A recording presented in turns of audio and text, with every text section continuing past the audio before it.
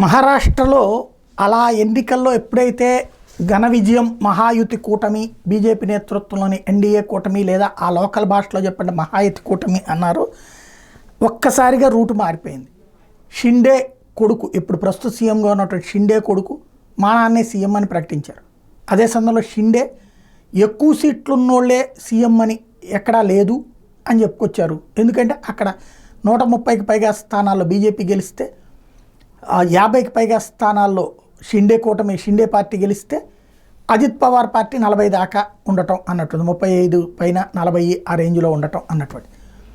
అదే సందర్భంలో ఆ వెంటనే అజిత్ పవార్ భార్య వచ్చి మా ఆయన సీఎం కావాలని మా నియోజకవర్గ ప్రజలు కోరుకుంటున్నారు, ఆయన రేసులో ఉన్నారని ప్రకటించింది. మేము రేసులో ఉన్నామని ప్రకటించింది భారతీయ జనతా పార్టీనే. అయితే భారతీయ జనతా పార్టీ తరపున దేవేంద్ర ఫడ్నవీస్ ఒకప్పుడు సీఎం కాబట్టి ఆయనకే ఇస్తారా లేదా షిండేకి ఇస్తారా అంటే షిండేకే ఇచ్చే అవకాశం ఉంది. ఎన్నికలకు ముందు షిండేనే సీఎం మా సీఎం అని ప్రకటించారు అన్నటువంటి మాట వినబడుతుంది. ఏం జరుగుతుందో చూడాలి.